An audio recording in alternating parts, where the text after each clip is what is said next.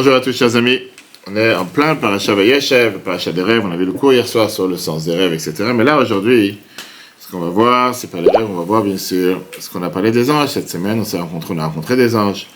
Beaucoup de gens parlent de l'ange gardien, beaucoup de gens disent qu'ils ont un ange qui les protège. Le peuple juif, on sait très bien qu'on a beaucoup à faire avec les anges régulièrement.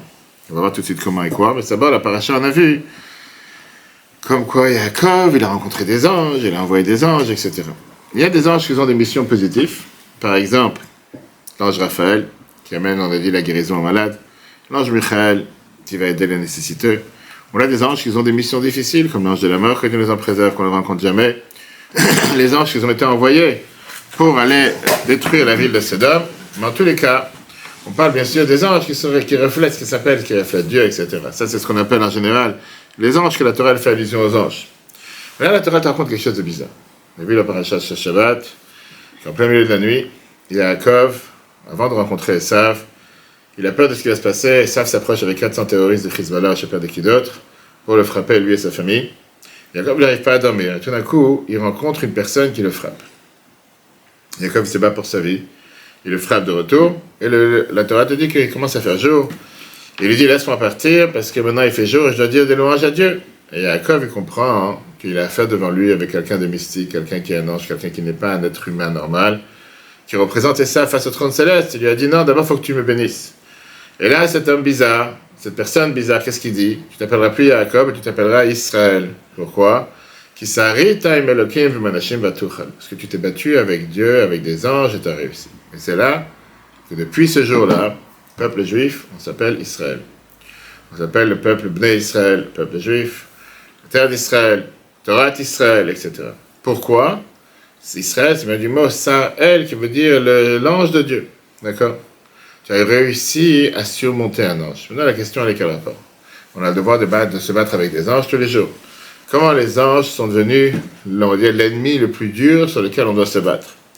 Pourquoi c'est un événement tellement important jusqu'à ce que c'est devenu le nom du peuple juif? C'est bizarre. On n'a pas notre nom. En deux mots, s'il n'y avait pas eu cet événement, cette rencontre avec cet ange, il n'y avait pas eu ce combat avec cet ange, on serait appelé les enfants de Yaakov. On s'appelle aussi, parce qu'on sait très bien que Yaakov, il a gardé son nom après. Si on parle du rapport qu'on a avec les anges, c'est intéressant de voir qu'on a des rapports avec des anges plusieurs fois dans l'année, plusieurs fois dans la semaine, dans la Torah. D'abord, on sait très bien que la Torah nous dit qu'on a des anges qui nous accompagnent sans arrêt. On a des anges dans le ciel, mais ce n'est pas seulement les anges du ciel, les anges terrestres qui nous accompagnent, et chacun d'entre nous est entouré d'anges. Où? Première fois que la Torah te raconte, c'est tous les vendredis soirs. Quand on revient de la maison Shabbat, on a l'habitude, on dit qu'on a deux anges qui nous accompagnent, un bon et un mauvais. Il vient de voir comment on a préparé la maison pour Shabbat. Et quand il rentre à la maison et il voit que la maison est prête pour Shabbat et que le salon est allumé et qu'il y a la table de Shabbat qui est prête, l'ange du bien, il vient et dit, Yehi Ratzon, le Shabbat acheret. Que Dieu fasse que le Shabbat prochain se passe de la même manière. Et l'ange du mal, il répond par la force, Amen. C'est pareil le contraire, c'est Dieu nous en préserve, quand il rentre à la maison le vendredi soir, il n'a rien préparé ni quoi que ce soit. C'est l'ange du mal qui dit que Dieu fasse que ce soit la même chose la semaine prochaine, et l'ange du bien, il répond. C'est d'ailleurs pourquoi on chante à chaque fois Shalom Aleichem. Ils sont dit juste après, Malaché Hachat, bienvenue les anges. On ne dit pas bienvenue les invités ou quoi que ce soit, pas les anges qui nous accompagnent. On a des anges qui nous accompagnent dans la vie en général. On te dit qu'il malacha v'yetzav elach lishmocha bechol derachecha. Il y a des anges qui accompagnent pour nous protéger. On dit que chaque bébé, chaque enfant, il a un ange qui l'accompagne. Comment ça se fait que chaque bébé tombe par terre, il se fait des bosses, il se casse, bref, il se fait mal à chaque fois. Il y a un ange qui le protège. Après ça, on a l'habitude en général que quand un juif, il salue un autre juif, qu'est-ce qu'on dit? Shalom Aleichem. Qu'est-ce que c'est Shalom Aleichem? Shalom à vous. Shalom à vous, mais c'est sur vous, en pluriel. Pourquoi on ne dit pas Shalom Alecha? Pourquoi Shalom Aleichem? Viens le Shulchan Aruch, le Rama te dit, parce que quand tu bénis quelqu'un, tu bénis cette personne et l'ange qui l'accompagne. Donc tu as deux personnes. C'est pour ça que tu dis au pluriel. Comment on fait dans l'Amida, à chaque fois qu'on fait Kaddish, quand on dit dans l'Amida, qu'est-ce qu'on dit? Ose Shalom Imbramav, oui, Ose Shalom Aleinu, Ve'alkol Israël, Ve'imru, Amen. Ose Shalom Imbramav qui fait la paix à droite, dans les cieux. Oui, Ose Shalom Aleinu qui fasse la paix sur nous, Ve'alkol Israël et sur tout le peuple juif, et dites Amen. Qui tu dis et dites, de qui tu parles? Tu parles à qui? Il y a quelqu'un d'autre qui entend. Tu parles à toi, tu parles à Dieu. Qu'est-ce que ça veut dire Ve'imru, Amen? La réponse elle est, on dit aux anges de répondre Amen qui nous protège. D'accord? Une fois, on voit que sans arrêt latéral, on considère qu'on est entouré d'anges. De l'autre côté, l'Agmara Brachot, page 60b, te dit que quand quelqu'un il va aux toilettes, il doit dire à des anges qui l'accompagnent de rester dehors. Il trappe de Mechubadim, je t'en supplie, vous n'avez pas besoin de me joindre jusqu'à dans les toilettes. Une phrase qui est écrite dans l'Agmara. Attendez jusqu'à ce que je sors, Parce qu'à l'époque, il ne faut pas oublier que les toilettes, c'est pas comme aujourd'hui, on n'avait pas des toilettes comme des pièces. À l'époque, les gens allaient dans les champs, etc. Il y avait des anges qui les accompagnaient. Viens le Beth Yosef, Shulchan Aruch, le Moazaken, au Siman 3, et te dit qu'aujourd'hui, on ne dit plus cette phrase quand on rentre aux toilettes à chaque fois, dire aux anges de plus m'accompagner, parce qu'on ne se considère pas des gens si pieux que des anges nous accompagnent. Aujourd'hui, on n'est pas au même niveau qu'à l'époque. À l'époque, peut-être qu'il y avait des gens, ils avaient des gens qui les accompagnaient. Aujourd'hui, on est des gens banals, il n'y a pas d'ange qui t'accompagne. Tu prends pas la tête, tu peux aller sortir, etc. Donc, comment tu mets ensemble ces deux phrases qui sont apparemment contradictoires? D'un côté, tu dis que tous les vendredis soirs, tu bénis les anges. Shalom Aleichem, Malaché Hashaed, Malaché Elion, etc. Tu dis bonjour à quelqu'un, tu dis Shalom Aleichem, tu parles à des anges. Tu termines, vous Amen, parce qu'il y a des anges qui doivent répondre Amen. Et de l'autre côté, tu te dis qu'aujourd'hui, on n'a plus besoin de dire cette phrase quand tu parles à des anges. Pourquoi? Quand tu vas aux toilettes ou quoi que ce soit, parce qu'il n'y a pas d'anges qui sont avec toi. Alors, on a des anges, on n'a pas des anges. Il y a des anges qui nous suivent ou il n'y a pas des anges qui nous suivent. Alors, Rabbi donne ici une réponse magnifique, une réponse merveilleuse. Rabbi te dit comme ça, quand un juif il s'occupe des choses profanes, la vie de tous les jours, ne pense pas que tu es un si grand personnage, que tu as des anges qui t'accompagnent. Mais à chaque fois que tu fais une mitzvah, que ce soit la table de Shabbat, quand tu fais Birkat Hamazon, quand tu fais Shemona Esrei à Amida, quand tu rencontres un ami, quand tu aimes ton prochain, etc., là tu crées avec toi un nouvel ange protecteur qui vient te protéger dans ce monde et dans le monde futur. Et dans ce moment-là, c'est sûr que tu peux te tourner aux anges qui t'accompagnent. Rabbi dit de là on apprend comment chaque juif est protégé à chaque instant. Parce que chaque instant que tu fais une mitzvah, chaque instant que tu fais quelque chose de positif, chaque instant que tu vas faire du bien pour un autre juif, chaque instant que tu vas comme on a vu la semaine dernière justement avec les deux mots homme, est-ce que l'homme c'était l'ange du mal ou l'ange du bien, tout dépend qu'est-ce que tu décides de faire, donneur ou preneur, tu crées un nouvel ange. Donc voilà la question qui est, qu'est-ce qu'on a à faire avec les anges? Pourquoi on a besoin de créer un ange? Et comment le peuple juif est basé, a été formé à partir de ce mot Israël, qui était justement par ça qu'on s'est battu avec des anges, par ça qu'on s'est battu avec un ange, par ça on s'appelle maintenant Israël, etc. Rabbi répond à ça de manière tellement riche, et c'est tellement vrai pour chacun d'entre nous, et particulièrement quand il parle de Saint-Neumann, le Père 184. Rabbi dit comme ça. Il y a un ange auquel il faut faire attention. Il y a un ange dangereux que chacun de nous doit se protéger. Quel est cet mauvais ange que de chacun de nous doit se protéger? Quel est l'ange que le Rabbi te dit qu'on doit énormément faire attention? C'est qui cet ange? Cet ange s'appelle « Je suis comme ça ». Qui veut dire « Je suis né avec un tel trait de caractère, je ne peux pas changer. » Moi-même. Cet ange, c'est le pire des anges qu'il faut vraiment le fuir. Pourquoi? La Gemara, elle te dit dans la Gemara Nida page 30, la Gemara, elle te dit les premiers moments que quelqu'un naît sur terre, l'ange que Dieu il a mis en place sur tout ce qui est la grossesse et la fécondation, vient devant Dieu et demande à Dieu, Ribon Shalom, maître du monde, qu'est-ce que tu vas faire avec ce sperme? Qu'est-ce que tu vas faire avec cette goutte? Qu'est-ce que tu vas faire avec cet être humain qui va naître? Il sera fort ou il sera pauvre? Il sera intelligent ou il sera bête? Il sera riche? Il sera intelligent? Il sera fort ou il sera faible? Il sera intelligent ou il sera bête? Il sera riche ou il sera pauvre? Ça veut dire que l'ange décide sur chaque être humain les trois composants qui vont faire en sorte qu'est-ce que cette personne va être sur terre. Sa capacité physique à pouvoir être fort et à pouvoir, confronter les difficultés, sa capacité intellectuelle et sa réussite financière. Et ça, c'est le moment que l'ange te donne les trois clés pour pouvoir réussir dans la vie. Et donc, chacun descend du ciel avec son trait de caractère qui lui a été fixé. Et quand quelqu'un il se met face à un défi, quand quelqu'un il est face à une épreuve, la majorité des gens répondent avec un désespoir en disant « c'est comme ça que je suis. C'est comme ça que je suis né. Et si tu as des problèmes, va voir l'ange qui m'a planté et va lui demander pourquoi il m'a créé avec une telle personnalité, pourquoi il m'a créé avec un tel mauvais trait de caractère, pourquoi il m'a créé avec une telle personnalité faible. C'est pas de ma faute. C'est pas de ma faute, c'est la faute de l'autre. Moi je suis comme je suis, je peux pas changer. » Et quand on est dans la semaine du Tête qui se lève, que cette semaine on va fêter Rosh Hashanah de la Chassidut, la naissance du Baal Talmud Azaken il y a 280 ans, et surtout la nouveauté que la Chassidut nous a appris, c'est tout à fait le contraire. Parce que la Torah, la Chassidut enseigne, la Talmud Azaken écrit dans le Tanya qu'on a tous la possibilité de se créer une deuxième nature. Ça n'existe pas de dire, je suis comme ça, c'est comme ça que je suis né, c'est mon trait de caractère, je ne peux pas me changer. Pourquoi un juif il est appelé Israël, Sarkel, qui veut dire il est le maître, le responsable de Dieu? Parce qu'on a tous la possibilité de se battre contre les anges. On a tous la possibilité de changer, révolutionner notre existence. Arrêtez de se dire, je ne suis pas capable, je ne peux pas, c'est comme ça ne va pas changer. Chez un juif, le début de sa naissance, c'est juste, on va dire, ce qu'il a propulsé vers la vie. C'est pas parce qu'on va dire, tu es né tordu que tu dois rester tordu. C'est parce que tu es né sans espoir ou tu es né sans capacité que tu ne peux pas réussir. La Torah te dit que Dieu nous a donné à chacun de nous une mission d'écrire une meilleure version de soi-même. Dieu t'a jamais demandé de rester qui tu es. De travailler sur toi, et pas seulement travailler sur toi, faire en sorte que tu puisses devenir mieux que qu'est-ce que tu es.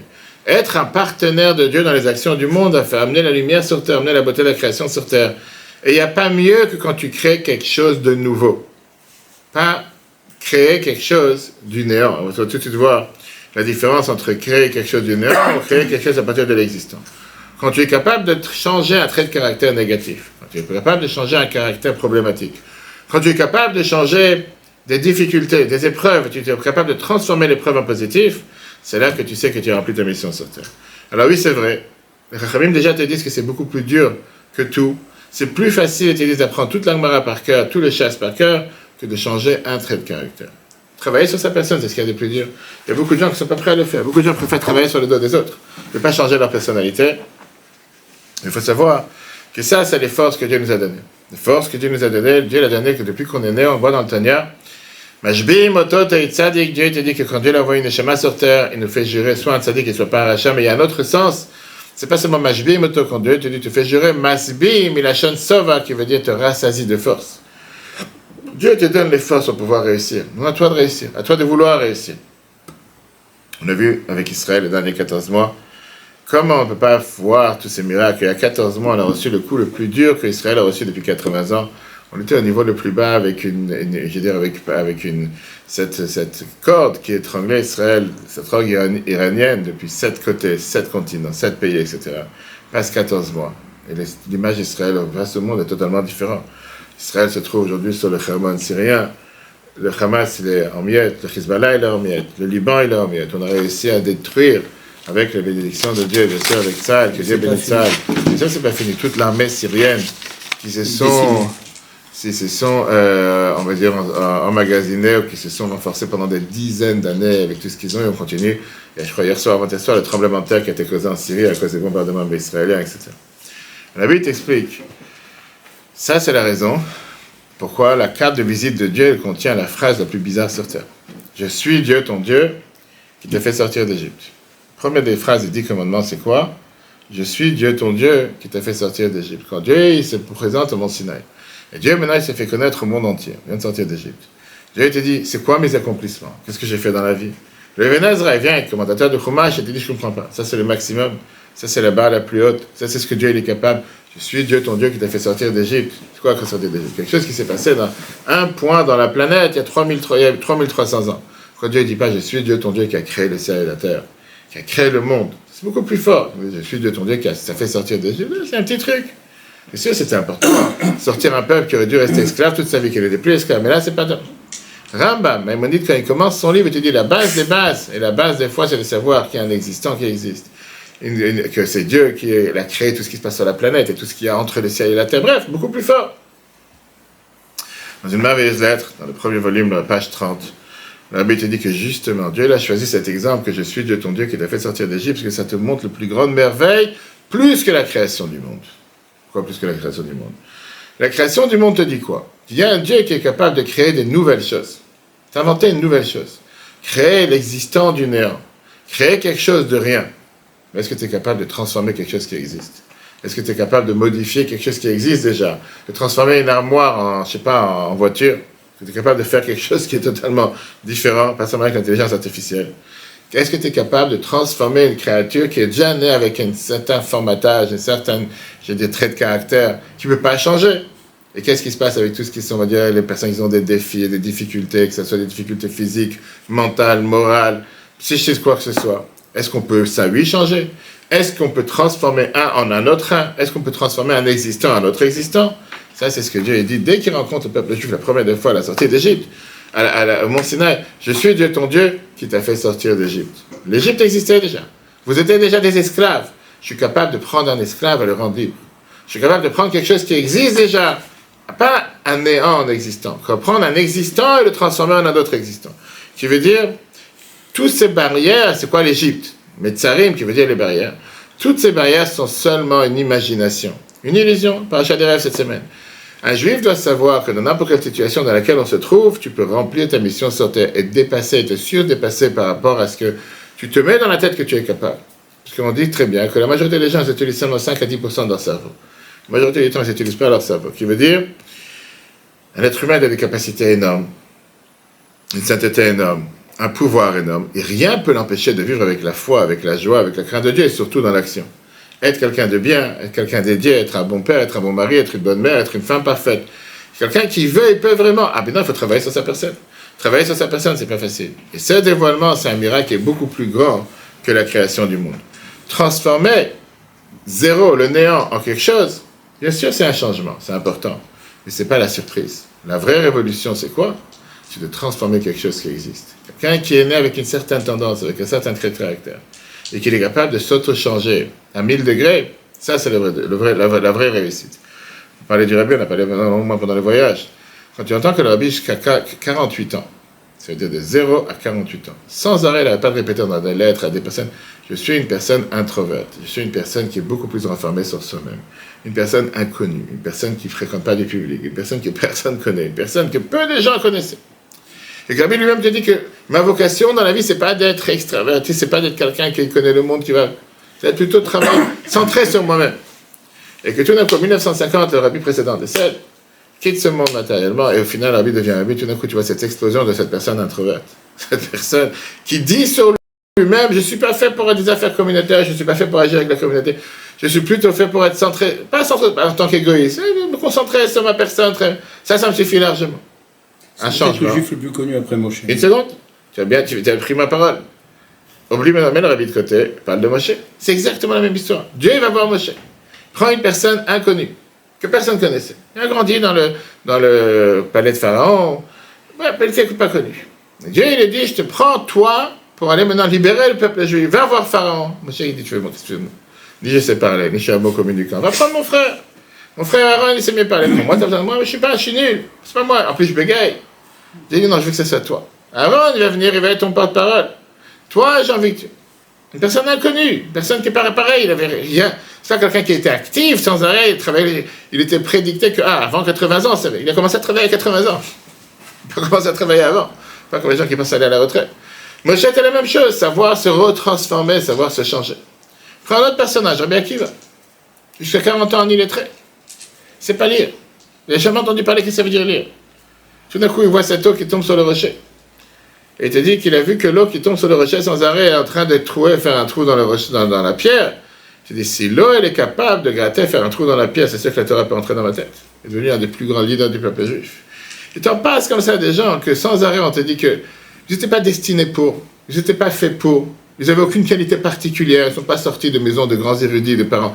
Je parle de Rabbi Meir, qui est né d'un enfant de convertir, et bien qui va aussi que son père s'est converti.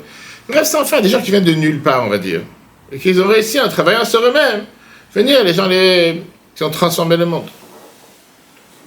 Et donc ça, c'est énormément important. Pour ça, parce qu'aujourd'hui, on te dit, c'est beaucoup plus facile à détruire ou à construire à nouveau. Achète quelque chose de nouveau. C'est beaucoup plus facile à acheter quelque chose de nouveau. Mais c'est beaucoup plus difficile à transformer quelque chose qui existe déjà, qui ne va pas être jeté, et qui va être réutilisé. Changer toute une installation qui existe, de retransformer un bâtiment qui existe, c'est beaucoup plus difficile que de transformer ce qu'on appelle de créer quelque chose du néant de quelque chose qui n'existe pas. Donc ça, c'est la raison pourquoi la Torah, quand elle parle des anges, elle te dit que Jacob, il a envoyé des anges, mais ce n'est pas seulement la vie des anges, c'est la vie de chacun d'entre nous. Pourquoi c'est la vie de chacun d'entre nous? Parce que tu as énormément de gens que dans la vie se limitent dans une barrière avec cet ange qui se disent, je ne pourrais pas. Ma personnalité ne me laisse pas avancer. C'est comme ça que je suis. Je ne pourrais pas changer. Viens la Torah cette semaine te dit, tu veux changer? Le peuple juif s'appelle Israël parce qu'il sacre, il s'est battu avec un ange. Il s'est battu avec un ange, c'est-à-dire pouvoir changer sa personne. Travailler sur sa personne. Et ça, c'est la Torah te le dit, c'est que tu as les forces de pouvoir le faire et tu peux le faire. Terminé avec une merveilleuse histoire. Rabbi Yekutiel Lepla de Russie, c'est un chassid qu'on parle de lui dans tous les livres, etc., très connu. Il servait Dieu avec son corps et son âme, très grands érudits. Il a vécu jusqu'à 100 ans. Et il a eu la chance de rencontrer 4 rabbins de Chabad. L'Admour Azaken, son fils, l'Admour Emtsaï, le Tzemar Tzedek et Rabbi Maharash. Il faut savoir que quand il est né, c'était quelqu'un pas du tout comme ça. C'était quelqu'un le plus simple. Il vendait du sel. Quelqu'un qui avait rien de spécial. Il n'avait aucune qualité particulière. Pas seulement ça, il avait des connaissances de Torah qui étaient très limitées. Il avait une connaissance, c'était quelqu'un qui son cerveau ne fonctionnait pas. Une fois dans sa vie, il est passé à un jeune homme qui revient de Lubavitch, qui a entendu les discours du Rabbi. Et il était tellement imprégné, etc. Il savait très bien comment parler, comment expliquer. Et quand il parlait, c'était des perles, tout le monde était content.